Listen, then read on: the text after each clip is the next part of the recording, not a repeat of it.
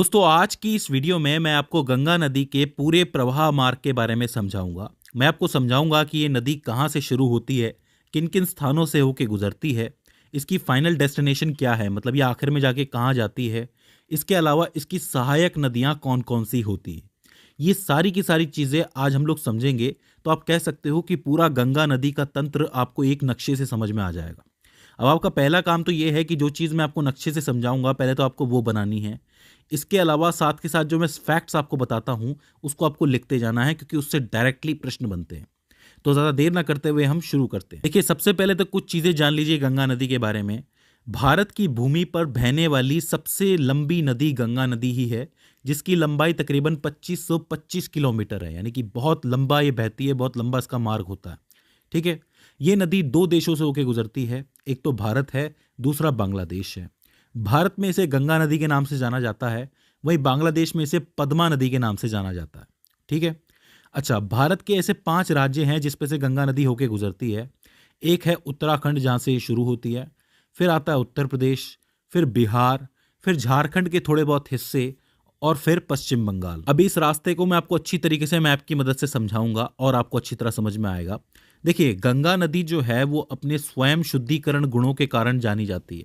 मतलब ऐसा कहा जाता है कि इसके अंदर कीड़े नहीं लगते। इसका क्या कारण है? देखो, इस नदी में ऑक्सीजन का स्तर जो होता है वो बहुत ज़्यादा होता है, जिसकी वजह से इसका पानी लंबे समय तक ताज़ा बना रहता है। वैज्ञानिकों के मुताबिक इस गंगा नदी के पानी में बैक्टीरियोफेज नामक एक वायरस होता है जो हानिकारक सूक्ष्म जीवाणुओं से लड़ता है, मतलब उन्हें पनपने ही नहीं देता, और इस वजह से ये पानी लंबे समय तक ताज़ा बना रहता है और साथ ही इसमें कीड़े भी नहीं लगते। तो ये जो स्वयं शुद्धिकरण का गुण है ये बहुत इंपॉर्टेंट होता है गंगा नदी के लिए। इस चीज़ को आपको याद रखना है। अच्छा, दो चीज़ें और हैं। पहली ये कि गंगा नदी को 2008 में भारत की राष्ट्रीय नदी घोषित किया गया था। भारत की राष्ट्रीय नदी कौन सी है पूछा जाता है तो आपको गंगा नदी लिखनी है। और गंगा नदी के अंदर जो डॉल्फिन पाई जाती है, गंगा डॉल्फिन जिसको कहते हैं, उसको भारत का राष्ट्रीय जलीय जीव घोषित किया गया है। तो ये दो फैक्ट हैं जो पूछ लिए जाते हैं कि भारत की राष्ट्रीय नदी कौन सी है और भारत का राष्ट्रीय जलीय जीव कौन सा है। चलिए, अब हम इसके प्रवाह मार्ग की बात करते हैं और शुरुआत करेंगे इसके उद्गम के साथ कि ये नदी शुरू कहाँ से होती है। तो देखो, ये नदी एक सतत वाहिनी नदी है, लगातार बहती रहती है। तो ये नदी निकलती ग्लेशियर से है। हमारे देश के अंदर बहुत सी ऐसी पहाड़ियां हैं जो बर्फ की बनी हुई हैं और उन्हें हम हिमानी के नाम से जानते हैं। तो एक हिमानी है जिसे गंगोत्री हिमानी कहा जाता है और दूसरी को संतोपत हिमानी कहा जाता है।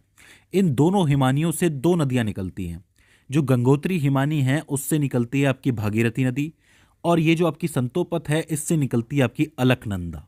अब यहाँ से ध्यान देना, यहाँ से निकलेगी भागीरथी और यहाँ से निकलेगी आपकी अलकनंदा, जाके एक पॉइंट पे ये मिलती हैं जिसको आप कहते हो देवप्रयाग। और देवप्रयाग पे जाकर के ये दोनों आपस में जब मिलती हैं तब ये बनती है गंगा नदी। तो इसका मतलब गंगा कहीं से निकल नहीं रही है, गंगा दो नदियों से बन रही है, एक भागीरथी, दूसरी अलकनंदा। तो आप इन्हें गंगा नदी की भी जनक नदी कह सकते हो। तो ये चीज़ आपको पहली याद रखनी है। अच्छा, एक चीज आप याद रखिए कि ये जो संतोपत हिमानी है यहीं पे आपका बद्रीनाथ टेम्पल भी है। तो पूछ लिया जाता है कि बद्रीनाथ के आसपास से कौन सी नदी निकलती है, तो अलकनंदा निकलती है। अब यहाँ पे आपको एक चीज तो क्लियर हो गई कि देवप्रयाग पे दो नदियां आ रही है, लेकिन आपकी जो अलकनंदा नदी है ये भी कोई सिंगल नदी नहीं है। इसके पास भी सहायक नदियां होती हैं। इसके पास 4 सहायक नदियां होती हैं। देखो, ध्यान से समझना।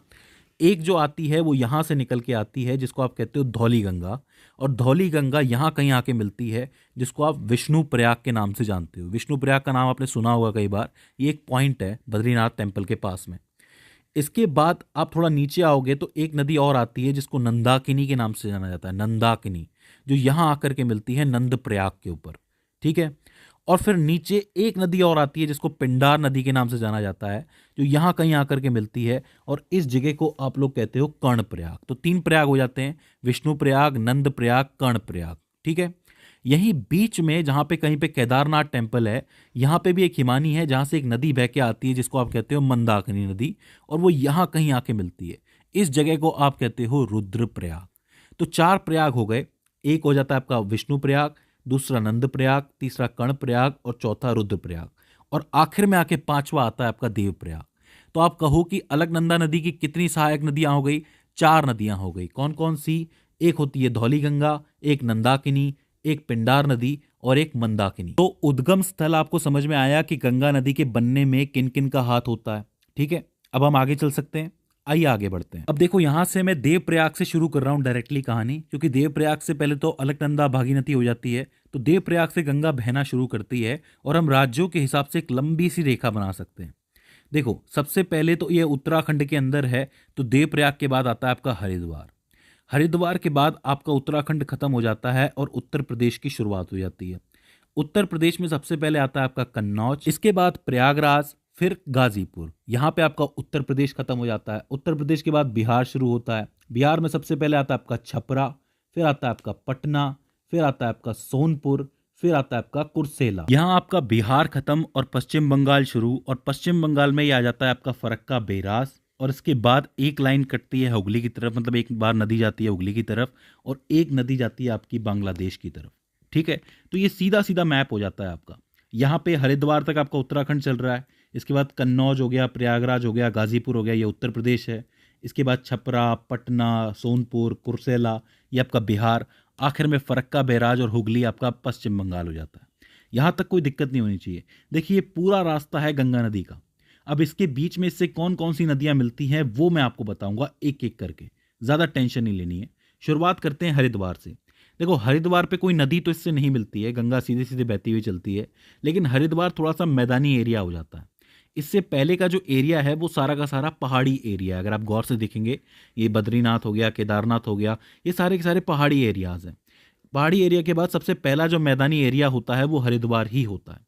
हरिद्वार से जब ये आगे बढ़ती है तो ये कन्नौज पहुंचती है, और कन्नौज में इससे पहली नदी मिलती है जिसको आप राम गंगा के नाम से जानते हो। राम गंगा नदी गंगा की पहली सहायक नदी है। तो पूछा जाता है कि गंगा की पहली सहायक नदी कौन सी है और वो कहाँ जाके मिलती है, तो आप लिखेंगे राम गंगा नदी है और कन्नौज में जाकर के मिलती है। एक एक चीज लिखते हुए चलना, बहुत मजेदार है ये। ठीक है, इसके बाद जब ये आगे बढ़ती है नदी तो ये पहुंचती है प्रयागराज। अब प्रयागराज तो आपको पता है संगम के नाम से फेमस है। यहाँ पे 3 नदियों का संगम होता है, गंगा, जमुना, सरस्वती।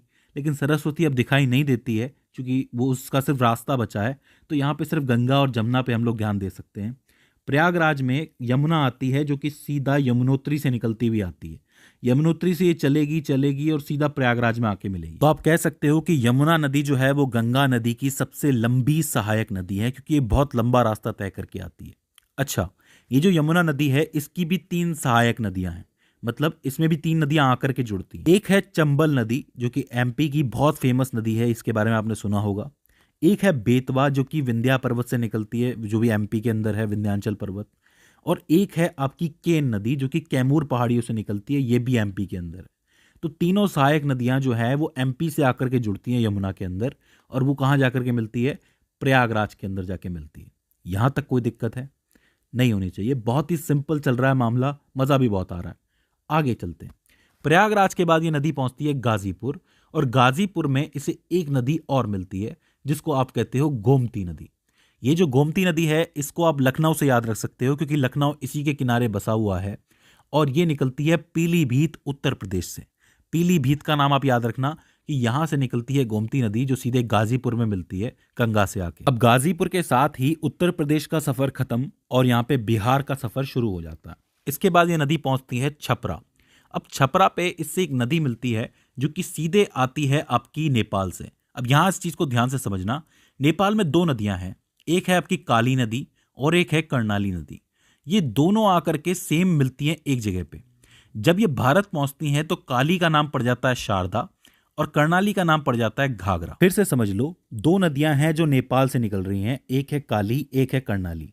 दोनों आके एक पॉइंट में मिलती हैं, और भारत आते ही काली को शारदा के नाम से जाना जाता है और कर्णाली को घाघरा के नाम से जाना जाता है। ये दोनों जब मिल जाती हैं नदियां, तब इसको ओवरऑल घाघरा के नाम से जाना जाता है। ये घाघरा नदी आते आते सीधा छपरा पहुंचती है और छपरा में मिलती है गंगा नदी से आके। यहां तक कोई दिक्कत है नहीं होनी चाहिए, बहुत ही सिंपल है। इसके बाद ये नदी पहुंचती है, मतलब गंगा नदी पहुंचती है पटना में। अब पटना में एक नदी आ रही है इस तरफ से, थोड़ा दक्षिणी भाग से आ रही है, जिसको आप सोन नदी कहते हो, जो सीधे कहां से निकलती है, अमरकंटक की पहाड़ियों से निकलती है, जो कि मध्य प्रदेश और छत्तीसगढ़ की सीमा पर स्थित है। वहां से ये नदी चलती है सोन नदी और पटना में आके गंगा से मिल जाती है। अब देखो, सारी नदी अब तक ऊपर से आ रही थी, इस तरफ से आ रही थी, ये एक स्पेशल नदी है जो यहीं से निकल रही है और यहीं पे आकर के मिल रही है। तो इसको आपको ध्यान में रखना है, ये बहुत इंपॉर्टेंट बनता है। ठीक है, पटना के बाद ये नदी आगे बढ़ती है गंगा और पहुंचती है सोनपुर। लेकिन सोनपुर में एक नदी और आती है जो सीधे नेपाल से चलती हुई आ रही है, जिसको आप कहते हो गंडक नदी। अब इसे गंडकी नदी भी कहा जाता है। मैं आपको बता दूं कि ये नेपाल की प्रमुख नदियों में से एक है जो आकर के मिलती है आपके सोनपुर के अंदर। सोनपुर से ये चलती है कुर्सेला की तरफ, और कुर्सेला में एक और नदी आती है जो कि नेपाल से निकल रही होती है, जिसको आप कहते हो कोसी नदी। अब कोसी का नाम तो आपने बहुत बार सुना होगा, ये बात मैं जानता हूँ। कोसी नदी कहाँ आके मिलती है? कुर्सेला पे निकलती है। लेकिन कोसी नदी इसलिए बदनाम है क्योंकि ये अपना रास्ता बार बार चेंज करती है और इसकी वजह से बार बार बाढ़ भी आ सकती है। ठीक है, आपने सुना होगा कि एक बार फिर से कोसी की वजह से बिहार डूब गया। तो इस नदी का जो रास्ता है वो थोड़ा सा कंफ्यूजिंग है, लेकिन ये कुर्सेला में आकर के मिल ही जाती है गंगा से आके।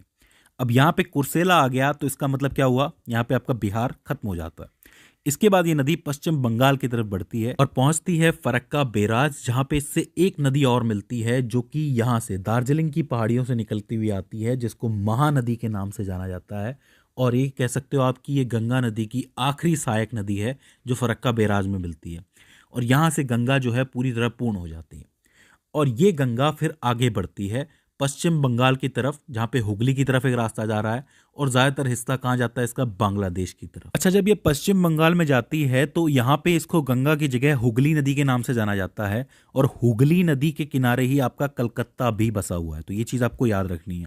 अच्छा, एक रास्ता मैं आपको और बता देता हूँ कि जब ये बांग्लादेश जाती है तो अब इसको पद्मा के नाम से जाना जाता है। इधर से आती है जमुना नाम की नदी। ये जमुना और कोई नहीं है, ये जमुना ब्रह्मपुत्र है। ब्रह्मपुत्र को बांग्लादेश में जमुना कहा जाता है। और बांग्लादेश में एक नदी और है जिसको मेघना नदी के नाम से जाना जाता है।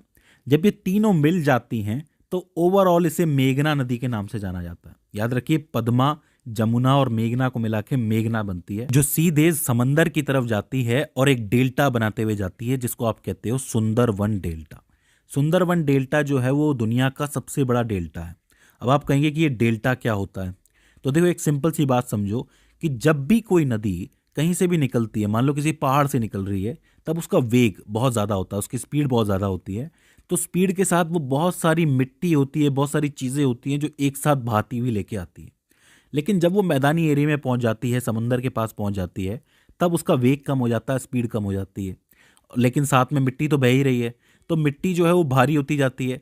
तब इस किनारे पे क्या होता है ना, समंदर के किनारे पे ये जो नदियां हैं इनकी स्पीड बहुत कम हो जाती है और मिट्टी रुक जाती है। तो ऐसे में नदी क्या होती है कि मिट्टी को तो छोड़ देती है और अलग अलग रास्ते बना के निकल जाती है। आप देख सकते हैं ये जो ट्रायंगल बने हुए हैं, इसी को आप डेल्टा कहते हो। ये पानी इस तरीके से निकल जाता है नदियों का, बट रही है नदी, आप देख रहे हो, ये फिर जाके समंदर में मिलती है। और इस पूरी जगह को आप डेल्टा कहते हो। ये जो मिट्टी के बने हुए टीले, ये जो ट्रायंगल टीले हैं, इनको डेल्टा कहते हो। और सुंदरवन डेल्टा जो है वो दुनिया का सबसे बड़ा डेल्टा है। तो दोस्तों, ये हो जाता है गंगा नदी का पूरा प्रवाह मार्ग। आई होप आपको समझ में आया हो।